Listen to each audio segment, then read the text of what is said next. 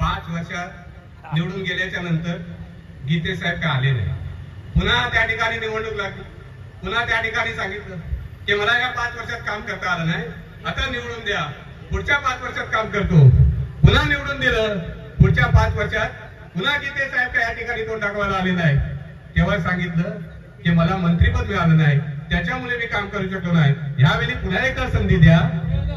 मंत्री झाल्याच्या नंतर आपण जो विश्वास माझ्यावरती ठेवलाय, जी अपेक्षा माझ्याकडनं आहे ती सर्व अपेक्षा त्या ठिकाणी पूर्ण केली जाईल. असा करता करता गीते साहेब 30 वर्ष निवडून गेले फक्त भावनिक आव्हानावरती. जो ज्या माऊलीचा 1 वर्षाचा मुलगा होता तो 30 वर्षाचा झाला. पुन्हा त्याच्या वाट्यामध्ये तोच संघर्ष आला जो त्याच्या वडिलांच्यासाठी होता. पुन्हा त्याला न शिक्षण मिळाला, न नोकरी मिळाली, पुन्हा संघर्ष करायला त्या ठिकाणी मुंबई जावं लागला. अशा 30 वर्ष आपले वाया गेले. एक नाही तर गीते साहेब तुम्ही 2 पिढ्या उद्ध्वस्त केल्या. पुढची पिढी आता उद्ध्वस्त होणार नाही. लोक आता समजून चुकलेले आहेत. भावनेच्या आधारावरती आणि समाजाच्या आधारावरती फक्त मतं मागून समाजाचा विकास होऊ शकत नाही. त्या ठिकाणी अनेक वर्षाचा संघर्ष करावा लागतो. पुढच्या काळामध्ये पुढच्या पिढीला संघर्ष करावा लागणार नाही. कारण महायुतीच्या माध्यमातून जी आपली अपेक्षा आहे, या ठिकाणी शिक्षणाची सोय असेल, या ठिकाणी जे मूलभूत प्रश्न असतील, या ठिकाणी तुमच्या रोजगाराचे प्रश्न असतील, ते येणाऱ्या काळामध्ये या पूर्ण महायुतीच्या माध्यमातून तुमचे प्रश्न मार्गी लागतील एवढा विश्वास प्रत्येक मतदाराच्या मनामध्ये आहे. येणाऱ्या काळामध्ये मंडणगड तालुक्यामधून मला पूर्णतः विश्वास आहे. किमान 10,000 पेक्षा जास्तची लीड आपल्या सर्वांचे लाडके उमेदवार महायुतीचे उमेदवार करणं तटकरे साहेबांना झाल्याशिवाय राहणार नाही. काही गावामध्ये चुकीच्या पद्धतीत माझ्या अल्पसंख्याक समाजाला त्या ठिकाणी हे केलं जाते. गावागावामध्ये चुकीच्या पद्धतीचा प्रचार केला जातो. या गोष्टीचा उल्लेख करणं गरजेचं आहे की आदरणीय तटकरे साहेब 2009ला जेव्हा श्रीवर्धन मतदारसंघामध्ये निवडून आले तेव्हा नाजिम हरस्वारेसारखा अल्पसंख्याकचा तरुण मसला पंचायत समितीचा सभापती होऊ शकला. असल काजी सारखा अल्पसंख्याकचा तरुण नगरपंचायत मसलाचा नगराध्यक्ष होऊ शकला. जुबेर परदेशी सारखा गोरेगावचा सरपंच होऊ शकला. आणि माझ्यासारखा अल्पसंख्याक तरुण ह्या राष्ट्रवादी काँग्रेस पक्षाचा तालुक्याचा प्रमुख होऊ शकला. सर्व समाजाला, सर्व घटकाला एकत्र घेऊन चालण्याची पद्धत, सर्व समाजाचा विकास, सबका साथ सबका विकास ही भूमिका आज वेगवेगळ्या पद्धतीत त्या ठिकाणी चुकीच्या पद्धतीत सांगितलं जाते. त्या ठिकाणी तुमच्या चुकीच्या प्रचाराला कोणी बळी पडणार नाही. येणाऱ्या काळामध्ये मंडणगड तालुक्यामधून तर लीड मिळेलच, परंतु पूर्ण मतदारसंघामधून आदरणीय तटकरे साहेब महायुतीचे उमेदवार किमान 2 ते 3 लाखाच्या फरकाने निवडून येतील. वेगळ्या पद्धतीचा मंडणगडमध्ये जरी प्रचार काही ठिकाणी अल्पसंख्याक समाजामध्ये होत असला तर निवडणुकीमध्ये आदरणीय तटकरे साहेबाला अल्पसंख्याक समाजाचा सुद्धा 90% पेक्षा जास्त मतदान होईल एवढा विश्वास या ठिकाणी देतो. आपण सर्वजण या ठिकाणी उपस्थित राहिलात त्याबद्दल आपल्या सर्वांचे आभार मानतो. आणि माता की जय. वंदे वंदे. भाजपा, राष्ट्रवादी, शिवसेना व इतर घटक पक्ष महायुतीच्या उमेदवार सन्माननीय खासदार सुनीलजी तटकरे यांच्या प्रचारार्थ ही प्रचारसभा आयोजित करण्यात आली आहे. या सभेत उपस्थित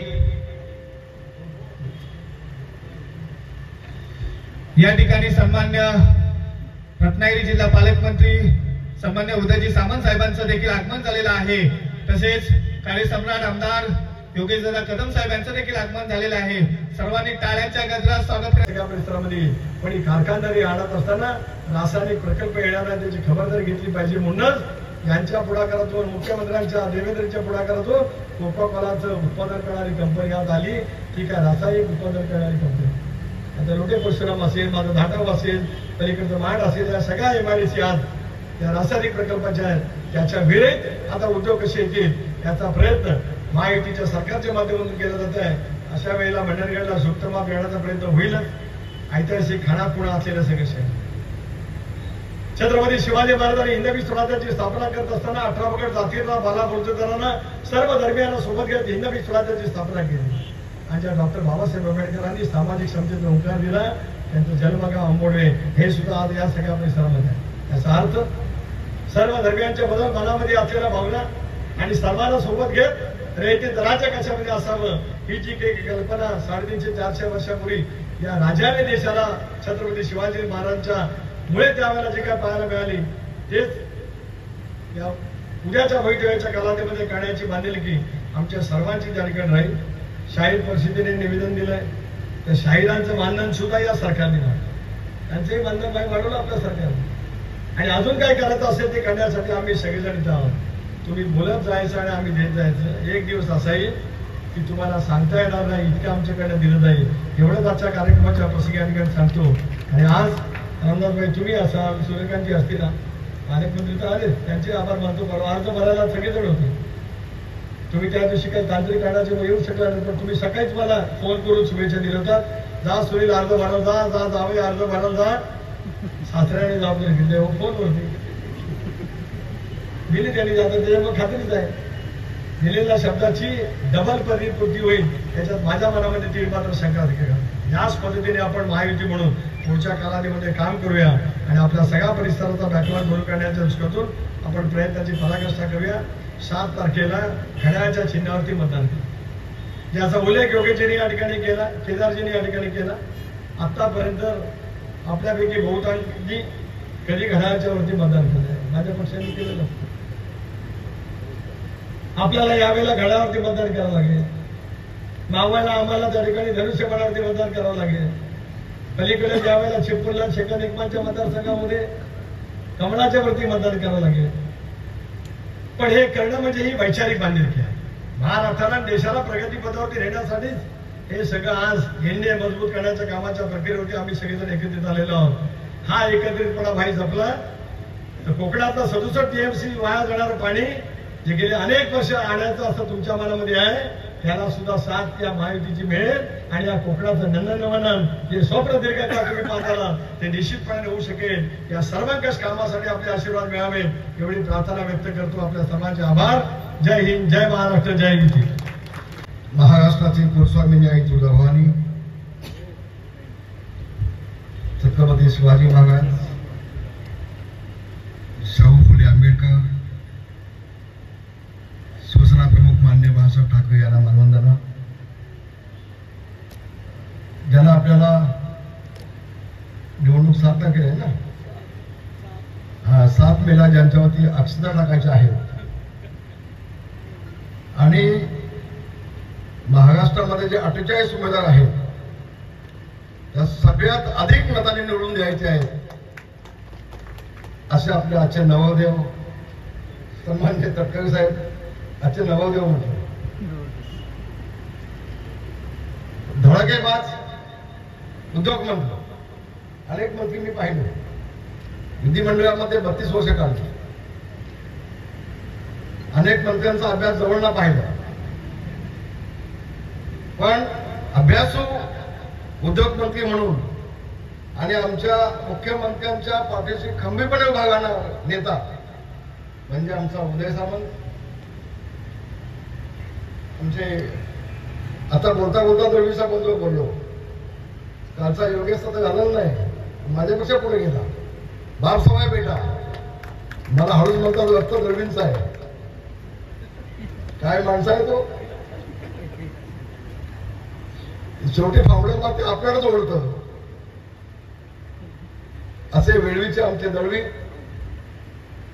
आमचे भाजपचे जिल्हा प्रमुख, डॅसिंग जिल्हा प्रमुख केदारजी साठे, व्यासपीठावरती बसली सगळी मान्य मंडळी, बंधू भगिनी माता, देशातील 130 कोटीच्या जनतेचं भवितव्य ठरवणारी ही निवडणूक आहे. ही निवडणूक देशाच्या अस्मितेची आहेच, पण आपल्या सगळ्यांच्या कोकण भाषांच्या अस्मितेची आहे. गडकरी साहेब, मी पाहत नाही केली, मी माझं कर्तव्य बजावलं. थोडीशी वेळ जाणून सांगतो आपल्याला. 2091 सालामध्ये ही रायगडची जागा शिवसेना प्रमुख मान्य बाळासाहेब ठाकरे यांनी आमचे ठाण्याचे माजी खासदार त्यांना दिली होती. मला बोलवलं साहेबांना, रामदास सतीश पर्यंत तुला निवडून द्यायचं आहे. मोठे साहेब तर अजिबात नाही, सतीपदांचा माझा संबंध काय? मी नाही स्वीकारला. मी उठलो आणि जमणे बसलो खाली. साहेबांनी सतीशपदांना फोन केला. सतीशपदांचे आले तर पण मी खाली जमणे बसलो. उठून बस म्हटलं, अजिबात नाही. सतीशपदांनी मला समजावण्याचा प्रयत्न केला. त्यावेळेला कोकणातल्या एकदम खालच्या लेवलच्या जेवढ्या शिवे आहेत ते सगळे मी त्यांना टाकले. मग त्यांनी जाऊन सांगितलं, बाळासाहेबांना, साहेब तो ऐकत नाही. अरे साहेब, मग तुला कोण पाहिजे? म्हटलं, साहेब ते आनंद गीते. कोण आनंद गीते? साहेब आनंद अंधेरीचा नगरसेवक होता म्हणजे आता नाही, पडलाय. पडले नाही नगरसेवक त्याला तू खालचा सांगतो ते किती? त्यामुळे जबाबदारी मागे ना, नाही निवडून आणि मातोश्री पांडी चढणार नाही म्हटलं. कोण त्याला बोलव?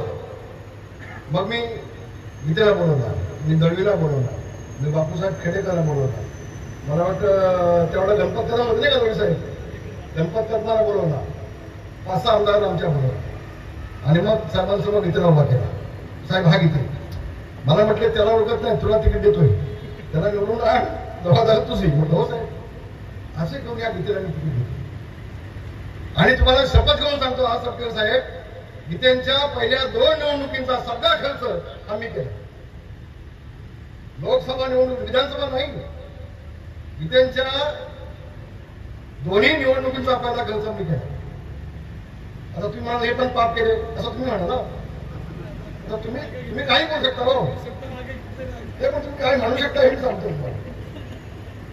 आणि गंमत अशी आहे, 2009 मध्ये ज्यावेळेला मतदारसंघाची विभागणी झाली त्यावेळेला मला गुहागर मतदारसंघ दिला. गुहागर मतदारसंघ दिल्यानंतर मला कल्पना नव्हती.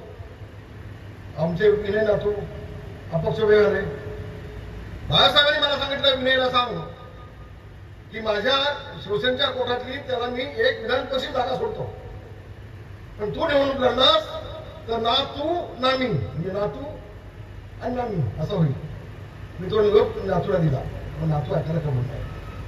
आणि नंतर आम्हाला कळलं की नातूंच्या पाठीमागे आनंद गीते होते. साहेब, गुहागर मतदारसंघामध्ये आबलोरी म्हणून गाव आहे. त्या आबलोरी मी गीतेंचा मी सांगतो, मला मुद्दा हा माणूस कसा आहे. त्या आबलोरी गावामध्ये संध्याकाळच्या वेळेला मी सभा लावली, सगळा कुणबी समाज होता बांधव. मी भाषण करायला उभारल्यानंतर मधून एक माणूस उठला. तुम्हाला साहेब मला प्रश्न विचारायचा आहे. म्हटलं बोल बाबा.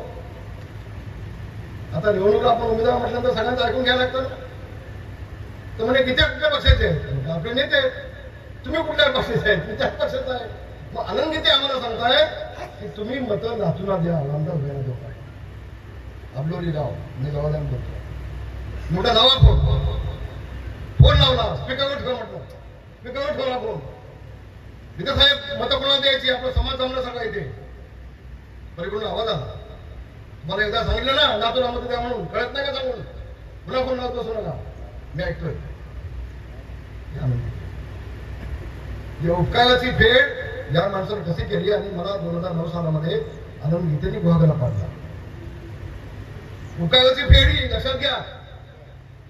जो माणूस माझा होऊ शकत नाही, भगव्या झेंड्याचा होऊ शकत नाही, शिवसेना प्रमुखांचा होऊ शकत नाही, शिवसेनेचा होऊ शकत नाही, तो तुमचा कसा होऊ शकतो? कोकणवासियांचा कसा होऊ शकतो? हे वास्तव आहे तटकरे साहेब, हे वास्तव आहे. आणि म्हणून आनंद गीते म्हणजे पाप केलंय. मी नाही, मी माझं काम केलं, पक्षाचं निष्ठेचं काम केलं. आनंद गीतेने जे पाप केलंय त्या पापाची फळं या निवडणुकीमध्ये आनंद गीतेंचं डिपॉझिट घालून टाळे वाजवणारे. तुम्ही असं काय कमी टाळे वाजवता? काय पकडून आणले का कुठून कुठून अशी? होय बांधवांना, ही निवडणुकीला दाखवून द्या. दुसऱ्यासाठी खड्डा खेळायला जातो तेव्हा स्वतःला त्या खड्ड्यामध्ये उतरायला लागतंय. हे आनंद गीतेने या निवडणुकीमध्ये बांधवांना दाखवून द्या, तुम्ही दाखवून द्या. होय तटकरे साहेब, तुम्हाला मी 2दा पाडलंय. एकदा सुनील तटकरे नावाचा उमेदवार उभा केला मी, त्याला 9,000 मतं मिळाली होती आणि तुम्ही पडला थोड्या मतांनी.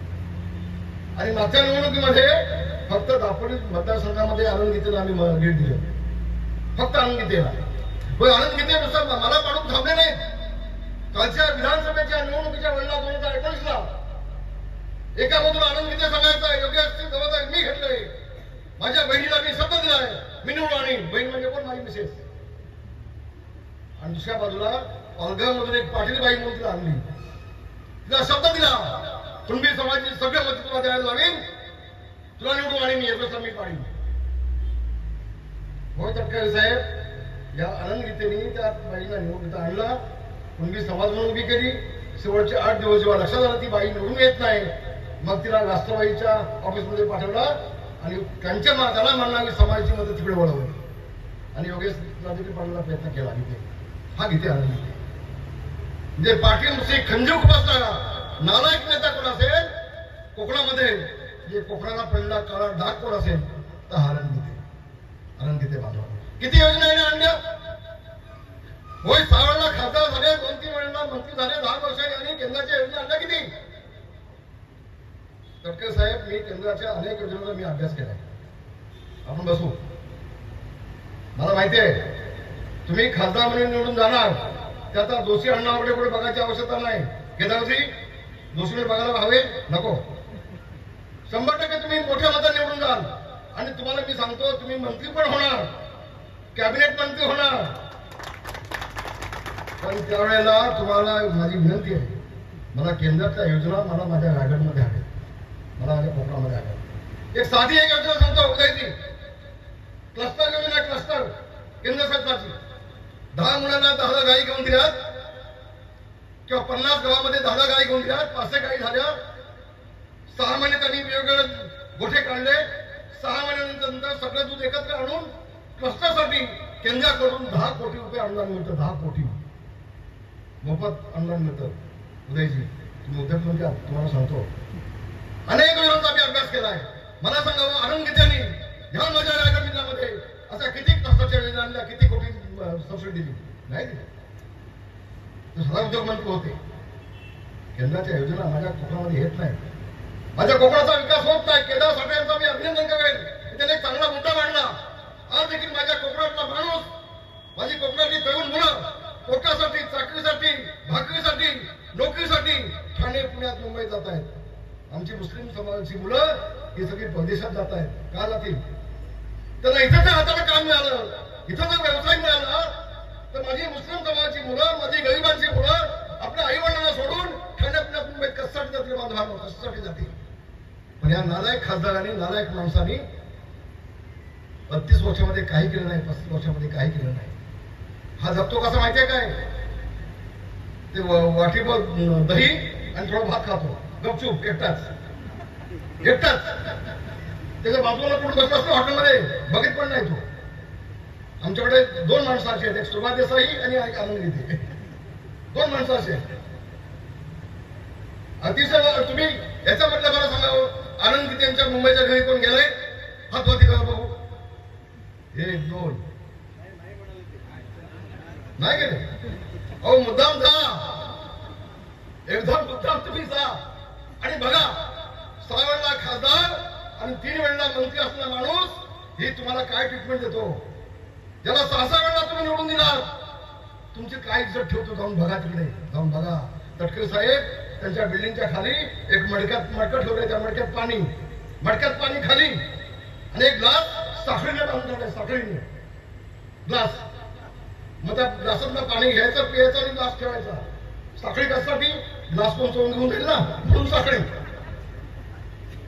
हा माणूस तुमचं भवितव्य घडू शकतो, तुमचा विकास करू शकतो, तुमच्या मुलाबाळांचा व्यवसायाचा जबाबदार घेऊ शकतो. यांच्यासोबत कोण आहेत?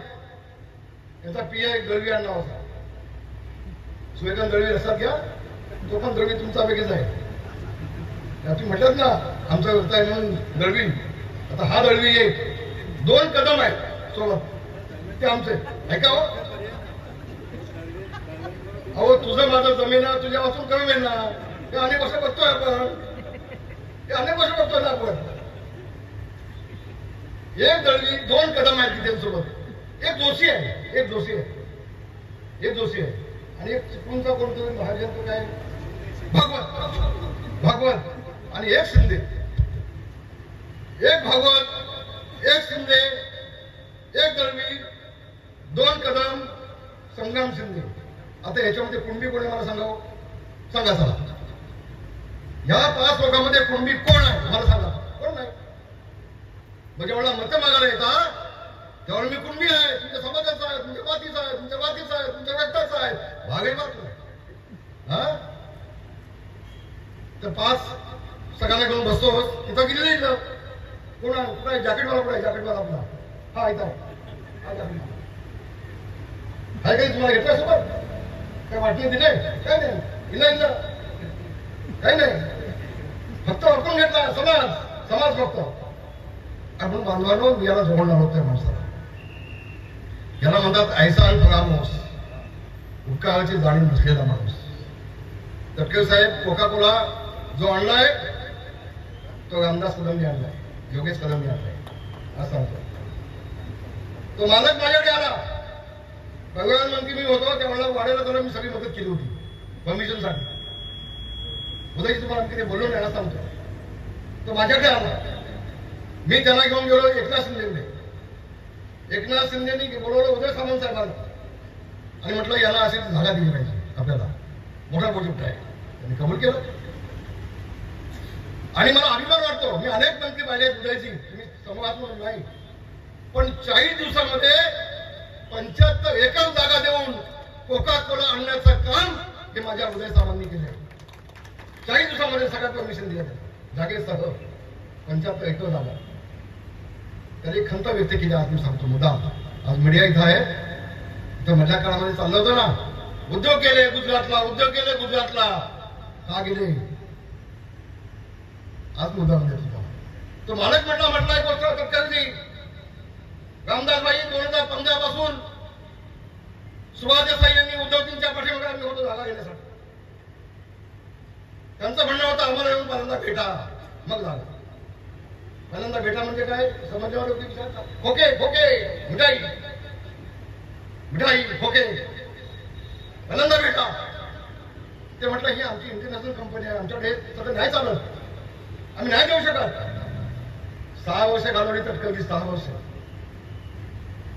जे काम 6 वर्षामध्ये उद्धव ठाकरेंच्या माध्यमातून झालं नाही ते काम 40 दिवसामध्ये माझ्या उदय सामंतनी केलं. मी मनापासून आभार मानतो. आमचा कपाटला माणूस आहे. मी एकनाथ शिंदेचा आभार मानतो मनापासून. आज 4-5 हजार मुलं कामाला लागतील, 3000 ट्रक लागतील. तिथे आमच्या 8000 मुलांच्या डोक्याचा प्रश्न सुटेल. साधी गोष्ट नाहीये. त्याच्यामध्ये पुढाकार कोणी घेतला? माझा मुलगा योगेश दादा. सगळं फॉलो उदय सामंतांपासून पूर्णपणे फॉलो त्यांनी घेतलं. एक फक्त मी मिटिंग घेऊन दिली होती योगेश दादा त्यांची. आता मी बाजूला आहे आणि योगेश दादा सगळे एकत्र आहेत. ते तुम्ही सगळी मंडळी उदय सामंत सगळे एकनाथ शिंदे मी बाजूला होणार. माझं करणार मी सोडून दिलं. पण बाप सवाई म्हणतात बेटा म्हणतात ना, बापचे बडकर बेटा ते योगेश दादाच्या माध्यमातून त्यांनी दाखवून दिलं. मी खूप समाधानी आहे, खूप समाधानी आहे. मला तिथं भाषण झालं असताना मी दंडी साहेबांना हळूच म्हटलं बघा तुमचा योगेश तुमच्या अंगात खेळलेले आहेत. आणि म्हणून अभिमान वाटतो की कोकोकोला सारखा मोठा प्रोजेक्ट आणण्यामध्ये जसा उदयजींचा सिंहाचा वाटा आहे तसा माझ्या योगेशदाचा सिंहाचा वाटा आहे. त्यांनी फॉलो केला. आणि म्हणून हे उद्योग आणण्याचं काम केमिकल बाजूला ठेवून आपले शासन करत आहे. आता अनेक योजना आपल्याला माहिती आहे. मी तिकडे आपल्याला जाणार नाही, पण तटकरे साहेब तुम्हाला एक माझी विनंती आहे. मगाशी त्याचा ओझाचा तुम्ही उल्लेख केला ते कोयनेचं 67 TMC पाणी वाया जाणार. मी सातत्याने फॉलो करतोय. तुमच्या शासनाचं आणि आपल्या शासनाचं मला अभिनंदन केलं पाहिजे. शेवटच्या कॅबिनेटमध्ये आचारसंहितेच्या शेवटच्या कॅबिनेटमध्ये कोयनेचं 67 TMC पाणी कोकणाला देण्याचा ठराव हा संमत झाला. त्याबद्दल महाराष्ट्र शासनाचे मी आभार मानतोय. मी ही फाईल केंद्र शासनाकडे पाठवली होती सल्लागार नियुक्तीसाठी. केंद्र शासनाचे मी आभार मानतोय. केंद्राने देखील त्याला मंजुरी दिली आहे आणि आता 15 कोटी टोकन देऊन सर्वेक्षण देखील चालू झालं आहे. तटकरे साहेब मी तुम्हाला फक्त एकच विनंती आहे. मला माहिती आहे किमान 7 ते 8 हजार कोटी लागणार आहेत. त्यातले 4-5 हजार कोटी आपल्या केंद्रात आणायला लागतील. आपल्याला केंद्र शासन लागेल. आणि हे जेवढं काम होईल बांधवानो तेवढं माझं कोकणातल्या प्रत्येक गावामध्ये कोकणातल्या प्रत्येक वाडीमध्ये एक कालव्याचं पाणी येईल. आणि कालव्याचं पाणी प्रत्येक वाडीमध्ये ज्या दिवशी येईल त्या दिवशी माझं कोकण सुजलाम सुफलाम होईल. होय, आम्हाला 2-3 वेळा पिकं काढता येतील, आम्हाला बागायती करता येतील, आम्हाला लघुउद्योग करता येतील, आम्हाला उद्योग करता येतील. आणि म्हणूनच हे पाणी जर का बारामतीमध्ये असतं तर हे असं तसं पाणी जाऊन समुद्रात मिळालं असतं का? नसतं मिळालं. मला आणखी एका गोष्टीच्या शासनाचं तुमचं अभिनंदन करता येईल, तुमच्या म्हणजे आपल्या, की एकनाथ शिंदे साहेबांनी एक मोठा निर्णय घेतला. पाणी जलव्यवस्थापन म्हणून एक समिती नेमली आणि त्या समितीच्या माध्यमातून कोकणातील नद्यांना ठिकठिकाणी पक्के बंधारे बांधायचे, पाणी अडवायचं आणि ते पाणी पिण्यासाठी आणि शेतीसाठी वापरायचं हा निर्णय घेतला आणि 500 कोटीची तरतूद केली बांधून, 500 कोटीची. त्यासाठी बाकीच्या योजना मी सांगणार नाही, पण कोकणासाठी आवश्यक होतं. आज देखील गडकरी साहेब क्लस्टरच्या माध्यमातून माझ्या आंब्याचं काय, माझ्या काजूचं काय, माझ्या जांभळाचं काय, माझ्या आवळ्याचं काय, माझ्या सुपारीचं काय, माझ्या नारळीचं काय, आज देखील कोकणाला न्याय मिळाला नाही. हे होणं आवश्यक आहे, एवढं आवश्यक आहे. आज कोकणातला हापूस मुंबईमध्ये भैया विकतो, उत्तर भारतीय जाऊन विकतोय. मला योगेदारांचं अभिनंदन केलं पाहिजे. गडकरी साहेब तुम्हाला माहिती नाही, तुम्हाला घेऊन जातील ते खेडमध्ये मोठा प्रोजेक्ट त्यांनी केलाय, मोठं कोल्ड स्टोरेज त्यांनी उभे केले खेडला पणन महामंडळाच्या माध्यमातून. जवळजवळ 10 कोटी खर्च केले आणि कोकणातला आंबा, काजू, फणस हे सगळे तिथं डम्पिंग आतमध्ये करायचे. कोकणातला भाजीपाला खेड, दापोली, मंडणगड, चिपळूण, गुहागर या 5 तालुक्यातला भाजीपाला हा बाजारभावानं शेतावरती घ्यायचा. तो सगळा भाजीपाला त्या कोल्ड स्टोरेजमध्ये आणायचा, तिथे पॅकिंग करायची आणि सगळं एक्सपोर्ट करायचं. आणि येणाऱ्या नफ्यातून जे गरीब शेतकरी आहेत त्यांना मोफत बियाणं, मोफत खत, मोफत प्रशिक्षण आणि 2 वर्षामध्ये 10,000 गरीब कुटुंबियांना उभं करण्याचं काम माझा योगेदादा करतोय, त्याचा मला अभिमान आहे. डॉक्टर साहेब, या अशा योजना कोकणामध्ये आणणं अत्यंत आवश्यक आहे, अत्यंत गरजेचं आहे. ही दूरदृष्टी आपल्याला हवी आणि मला ते साहेब तुमच्याकडून अपेक्षा आहे. मला विश्वास आहे तुम्ही एखादं काम हातात घेतलं की 100% करू शकता. आणि म्हणून मी काय केलं, थोडस मला माझ्या केंद्रासाठी माझ्यावरती नाराज असते तुम्ही आपल्या हात मारल्या मनात बाहेर काय बोलणार नाही तुम्ही, पण तुमचा विचार होता इथं भाजपचा उमेदवार द्यायचा. मी तटकरीसाठी सगळ्यांसाठी पुढाकार घेतला, मी घेतला पुढाकार. थोडासा देवेंद्रचा मी वाईटपणा घेतला, मी मान्य करतो, मी वाईटपणा घेतला. कारण तुम्ही आज महाराष्ट्राचं नेतृत्व करत आहे, राष्ट्रवादीच्या माध्यमातून संबंध राज्याचं नेतृत्व करण्याचं काम आज तुम्ही तटकरे साहेब करतायत. असा खासा मला मिळाला, असा मंत्रीला मिळाला तर माझ्या रायगडचं सुबलाम होताल्याशिवाय राहणार नाही हा विश्वास मनामध्ये असल्यामुळं मी तटकरे साहेब तुम्हाला पाठिंबा दिला.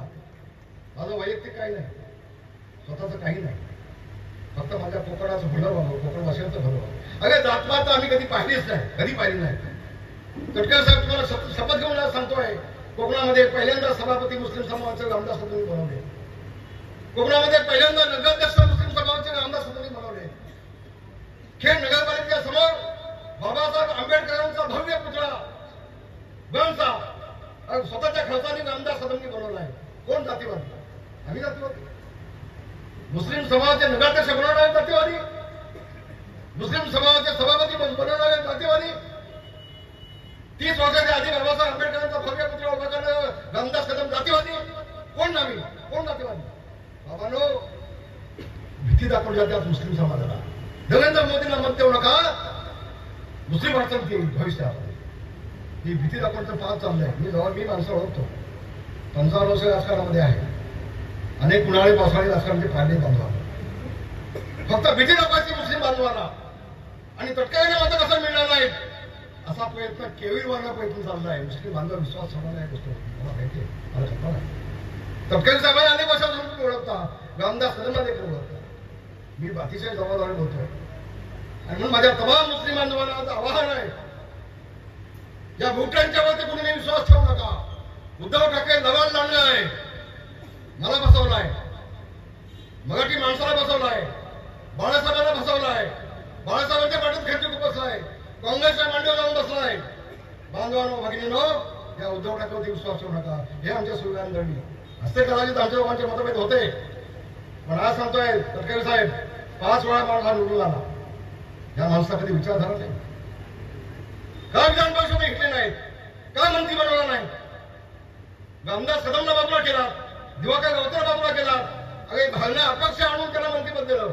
त्या सूर्यकांत धोरणा तुम्ही देऊ शकला नसता? नाही झालं.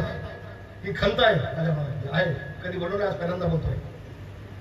कारण कुठलाही स्वार्थ नाही माझा, जबाबदारीनं बोलतोय. पण खोके हवेत, मिठाई हवी. जिथं मिठाई तिथं मंत्रीपद, जिथं मिठाई तिथं आमदारकीपद.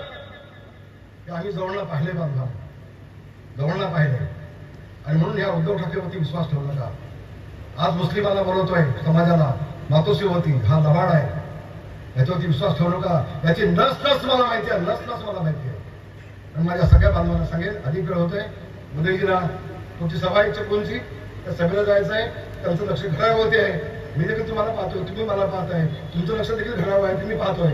आणि म्हणून मी आपल्या मंडळाला बसायला सांगतोय, आपण सगळे योगदानाच्या पाठीशी उभे असाल. मला विधानसभेची काळजी अजिबात नाही. ज्यावेळेला अल्पे आहे, शिवसेना आहे, भाजप आहे, राष्ट्रवादी आहे एकत्र येते, तर समुदायाच्या उमेदवाराचा पाळोपाचोळा करून तुम्ही त्याचं डिपॉझिट घालवण्याशिवाय राहणार नाही, हा विश्वास देखील माझ्या मनामध्ये आहे. पण दादा गाफील राहायचं नाही. लढाई असतात निवडणुका. तटकरे साहेब, या निवडणुका लढाई असतात. आणि कुठल्याही लढाईमध्ये उमेदवाराला समाजाला कधी कमजोर समजायचं नाही. जी आपली जी पद्धत आहे, स्ट्रॅटेजी आहे, ती तशीच आपण वापरली पाहिजे. कुठेही गाफील राहता कामा नये. कार्यकर्त्यांना सगळ्यांना सांगेन, आता का 3-3, 4-4 पक्ष आम्ही एकत्र आहोत. आता काय आपल्या तटकरे साहेबांना अर्थ नाही, हे असता कामा नये. सगळ्यांना माझी विनंती आहे, 7 तारखेला निकाल लागेल. नाही, कधी 4 जूनला निकाल लागेल. तेव्हा या नालायक पाटील खंजूक उपसणाऱ्या हा ज्याला उपकाराची जाणीव नाही, अशा या नालायक आनंदितेचा कोकणातून कायमचा निकाल लावून टाका अशी विनंती करतो. आणि सांगतो धन्यवाद. जय हिंद, जय भीम, जय महाराष्ट्र. नामनिर्देशन पत्र महायुतीच्या सर्व नेत्यांच्या उपस्थितीमध्ये त्या ठिकाणी भरलं. या लोकसभा मतदारसंघातील सर्व आमदार, आमचे पालकमंत्री उदयजी सामंत, रवींद्रजी चव्हाण, हसन मुश्रीफ, हजारो कार्यकर्त्यांच्या उपस्थितीमध्ये महायुतीचा अर्ज भरला. आज रत्नागिरी जिल्ह्यातील दापोली विधानसभा मतदारसंघातील मंडणगडला महायुतीच्या उमेदवाराची प्रचाराची सभा झाली.